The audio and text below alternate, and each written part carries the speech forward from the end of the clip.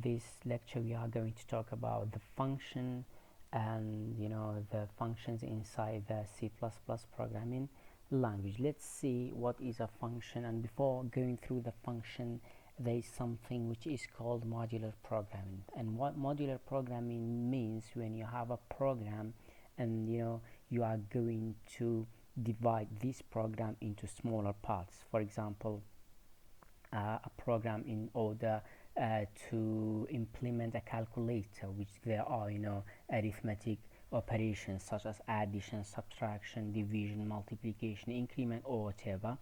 And whenever you are creating this program, you need to use a method which is called modular programming. You can't write everything, follow it up together, so you can break up this program into smaller parts. For example, we are saying this part of the program belongs to the addition and the other part belongs to the multiplication, and so on. And this can be done using the function. So the function is a way, or is a method, which can be implemented in order to get a modular program, in order to fulfill the modular programming requirements. So what is a function? A function is a collection of statements to perform a task. For example, in order to calculate the addition of two numbers, let's say this function only adds two numbers together, you need to have some statements. Even in the normal programming, without using function, you need to have some statements in order to calculate the addition of two numbers. But here inside the function, this function is dedicated just to to perform a specific task, such as addition. And this addition occurs or can be implemented by writing some statements. So some statements can be collected together or can be written together in a form of function in order to perform a task. So when you are using function, your program is going to be maintainable. Whenever you want to change anything or process your program or write your program, everything is going to be simpler or easier, and your program looks better, and there is it decreases the number of errors, or the logic errors inside your programs. So what is a function? For example, here we have a program without defining any function. We've got the main function of our program. All the statements are inside the main function. You see, it's not looking good. Whenever you want to change this statement, you can't find it easily, or let's say you've got thousands of lines, and those statements, for example, are performing the addition, this one performing subtraction, or whatever.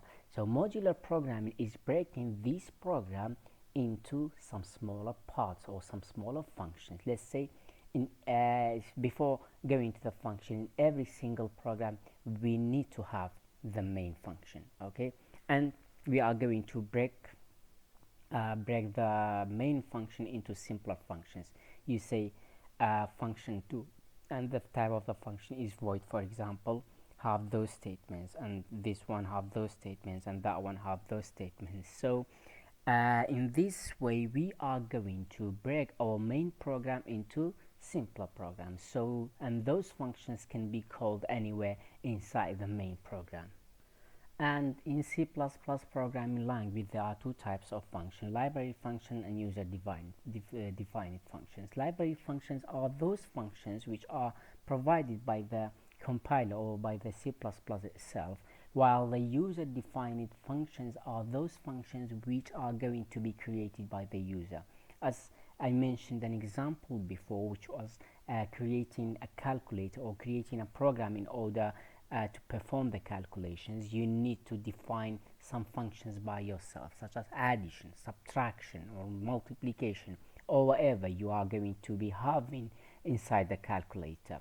So those functions which are going to be created by the programmer itself or by you are going to be called user defined function, because they are defined by the user.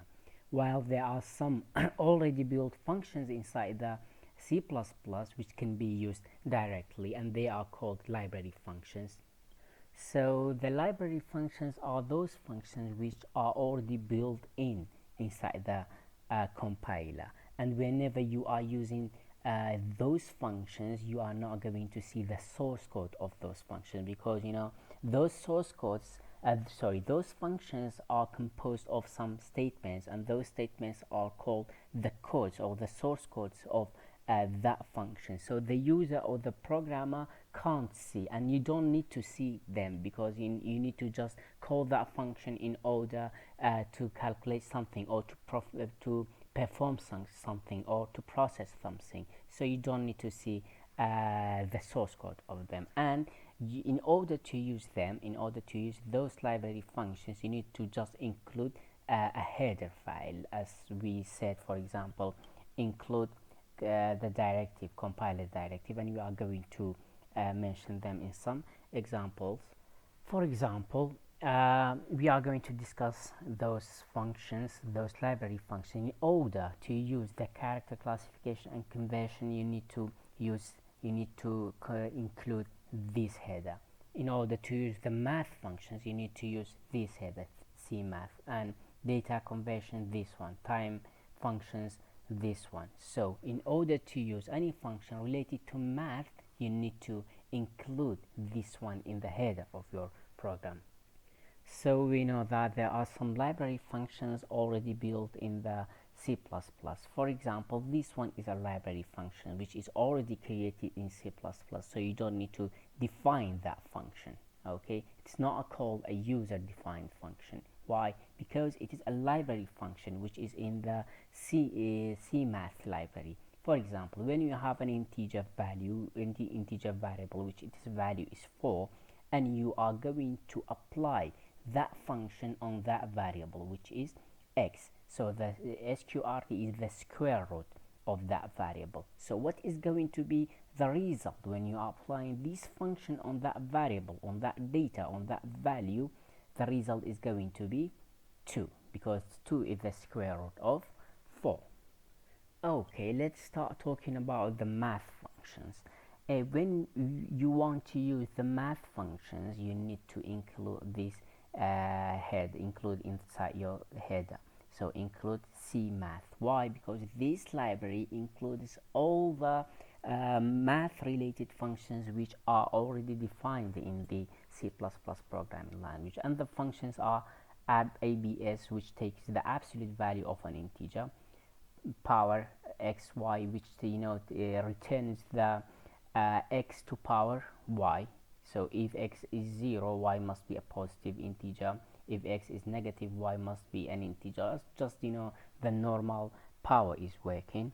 And power 10x, that means it calculates the 10 to power x. For example, if x is 2, it's going to be 10 to power 2, which is the result is going to be 100. Square root, as we talked about before, but it takes the square root of the variable inside the function, but this variable must be, or this value must be greater or equal to 0. Let's see this example on using the CMath library, and especially the power function, and we will see how we can use the math functions. For example, this program calculates the area of a circle, and you know that the area of a circle is pi multiplied by radius to power 2. So we are going to enter the radius. So the area, as we have already defined it, is going to be pi multiplied by radius to power 2. So the power function is working like that. The first parameter will be the base, and the second one will be the power. So the power radius 2 means radius to power 2, and the result is going to be showing the area of the circle. So this is how you are using a mathematical functions which is already built in the C++ programming language. And this is another example which the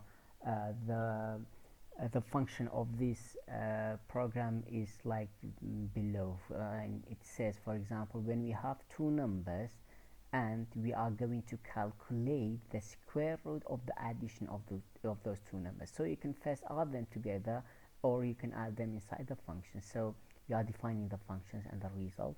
So we are going to enter the numbers.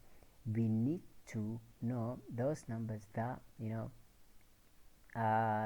those numbers are positive numbers. So if one of them is negative, we will not be having any output. Why? Because the square root only accepts the positive or zero numbers. So if the numbers are positive or zero, what is going to be the result? The result is going to be the square root of this value, which is the addition of those two numbers. For example, if the first number is 4 and the second number is 12, what is going to be inside here? 16, and the square root of 16 is going to be 4. So when you are printing the result, what is going to be the result? 4. And these are some other mathematical functions, as we said, absolute and cell and cosine, which returns the cosine of this angle, and this one returns the smallest integral value that is not less than x, and exponential function, and absolute value of the double data, and the floor, which is the largest integral value that's not greater than these variables. So you can use any of them. You can use any of them as you need, whenever you need them. And we got log, natural logarithm, and log 10, power, sine, square root, tan, and we've got so many different mathematical functions, so you can use any of them based on your need. And in order to perform any mathematical function, you need to include the themas header file, and it takes a double value as input, and even it returns a double, and those functions are commonly used: sine, cosine, tan, square root, logarithm, and absolute value. And we need some random function which returns a random value between 0 and a largest integer that the computer can hold. And before doing this, you need to include this library in the header. And let's see, and these are some class exercises. You can do them by yourself. And the character manipulation functions can be used using or including this library, which is CC type. For example, alpha is a function that returns returns true if the value inside that function is a letter, and it returns false if it's not a letter. Is alpha num, that means it returns true if it's letter or digit as well, but it returns false if it's none of them. Is digit, it returns true only if the data or the value inside that function is from 0 to 9, and it returns false otherwise. Is lower returns true if the character is in lowercase, so it returns false otherwise. And this one, for example, if it is uppercase, it returns true, otherwise it returns false. This one is space, it returns true if it is a white space, but if it is not white space, if it's not space, it returns false. And in this example, we are evaluating some character functions inside C++, and we have got this variable, and we are going to enter a character into that variable. So if is alpha input, that means if that data which we have entered to that variable is alphabetic letter. If it is yes, what's going to happen? It prints this one. If it's not, if you, for example, if we enter number 5, so this is not going to be executed, because the condition is false. Okay, the argument inside this if condition is false. If it is a digit, print this one. If it is in lowercase, print this one. If it is uppercase, print this one. So this is how you can use the character functions inside the C++ programming language. And this is an exercise which asks to the user to enter a character. So if the variable character contains a numeric data, it displays digit. If it contains a letter, it displays letter. If it's not belonging to those, what's going to happen, it should display a special character. So you just need to have an even else condition, and you just call the is alpha and is digit, and you just call those functions, so you can implement this program easily. And we've got some character case conversion, or they are called character related functions, which requires the CC type header file, and one of them is to upper. That means when we are calling this function, it changed that character to uppercase. Whatever it's going to be changed into the uppercase. For example, if we have car ch1, car ch2, car ch3, and we are going to initialize it or assign it to h capital, e small, and this character, or this, for example, this symbol. So we are going to print to upper character 1. So character 1 is already uppercase, so what is going to be the output? It remains at itself. Okay, it retain if it's not lowercase, it's not going to be changed. It changes only from the lowercase to the uppercase, and this one is already uppercase, so it retains itself. So but this one, character 2, is lowercase. When we are applying this function on it, what is going to be the output? It changes this lowercase into uppercase. But this one is symbol, so we can't change a symbol from the lowercase to uppercase, because they don't have that characteristic in, or for example, if they are lowercase or uppercase, so it remains at itself. So the to uppercase function, it changes only the value or the character from the lowercase to the uppercase. We have another function which is to lower, which is opposite to upper, and it changes the characters from the uppercase to the lowercase. For example, to lower character 1 is uppercase, so it's going to be changed to the lowercase. E is already, or characters 2, the data inside character 2 is already a lowercase, so it remains at itself. As we said, for the symbols we don't have upper and lower cases, so they remain on their state. So whatever they are going to be displayed as they are. And this example, we have a character which is composed of 15 digits, up to 15 digits, and we are giving a data to it, or a name, or whatever inside that character variable. So it's going to be composed of,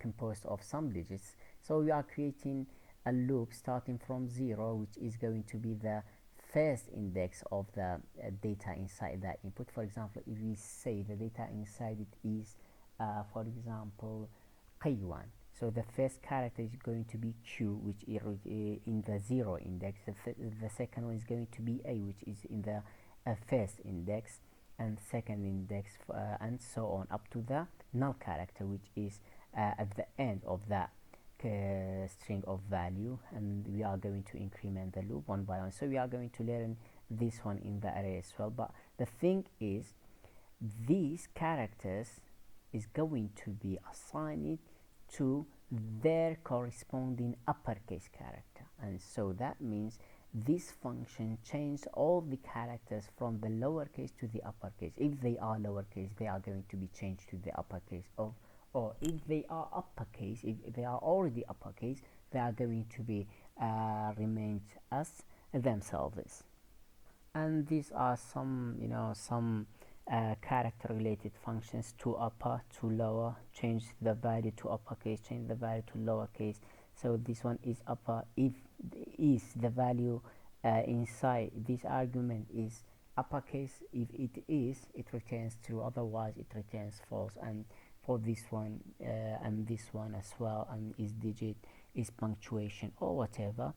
So this is an exercise. Write a program to toggle the content of a string character from the lowercase to uppercase or vice versa. So if the value is uppercase, or if the character is uppercase, you need to change it to lowercase, else you need to change to the uppercase. And the C string is a sequence of characters that is stored inside the adjacent or neighboring memory locations, and they are terminated by a null value. For example, we've got hi there. This is a string which is in between two double quotes. So how they are going to be stored inside the memory?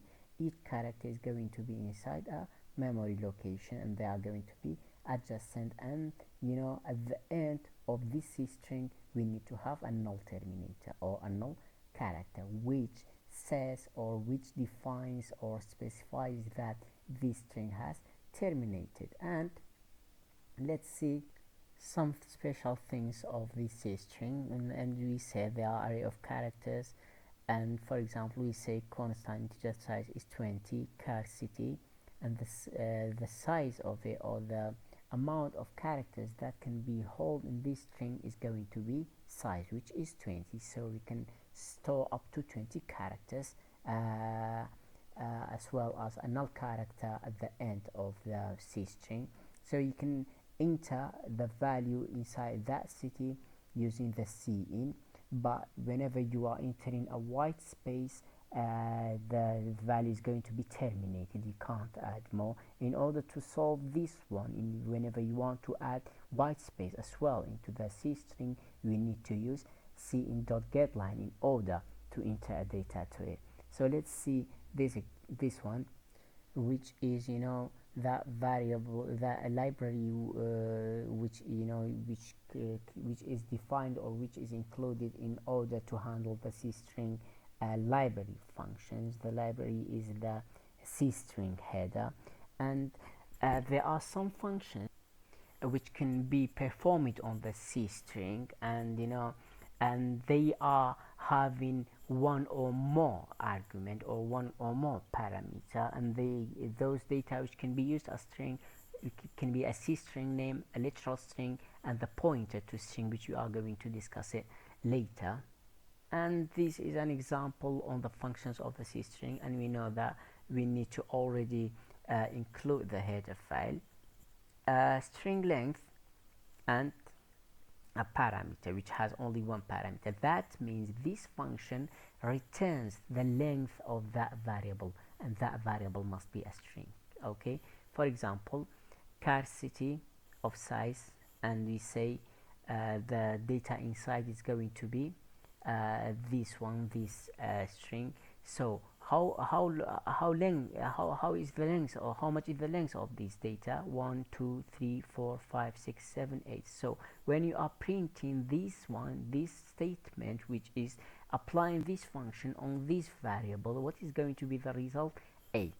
And we've got a string char. That means we are appending the second string to the first string. Let's say the location is going to be this one, comma, and the state is going to be empty. So when we are applying that function on those two parameters, on those two arguments, what's going to happen? It appends the data inside this one to this one. So if this, and the result is going to be stored in the first one. So the string cat function has two parameters, so we need to give it two parameters, and it always append the second one to the first one, and the result is going to be stored in the first one, as we just discussed here. And a string copy is a function which copies the second string, or the second argument, the second parameter, inside the first one. For example, we've got this size, and the first one is f name, the first string. We assign it to this variable, and sorry, this data, and the second one you haven't initialized it, we haven't given it any data. So we say string copy name f name. That means the data inside this variable is going to be copied here, and even the data is going to be remained here as well. So it just copies the data inside this variable to this variable, and you need to know that string copy has two parameters, and this function str has two parameters, and it goes to the first string. Okay, it goes to the first string or the first parameter or the first variable to look for the second one. If it occurs, if the data inside this one occurs inside this one, it returns a pointer to match, so it's going to be retain that value and whatever is after it. And if it doesn't match, if it doesn't find it, it returns null. For example, we've got car river equals to this one, car word equals to ABA. So when we are applying this function on those variables, and the first one is this one, it goes to this one to find this one. So what is inside this one? ABA. So it goes to here, it goes to the data inside the river to find ABA. Does it find? Yes, ABA is going to be found. And what is going to be printed? ABA and whatever is after it, or those value which are those characters which are followed by that value which we just looked for. So the result is going to be ABA SH. And we can't use this assign or this condition operator. For example, if we have this value inside this string, this value inside the other string, we can't say if compare the data inside of them. You can't use them because they are only acceptable by comparing the characters and the integer or double values. In order to compare two strings together, you need to use the library function, which is string compare, and it compares the data inside those two strings if they are the same.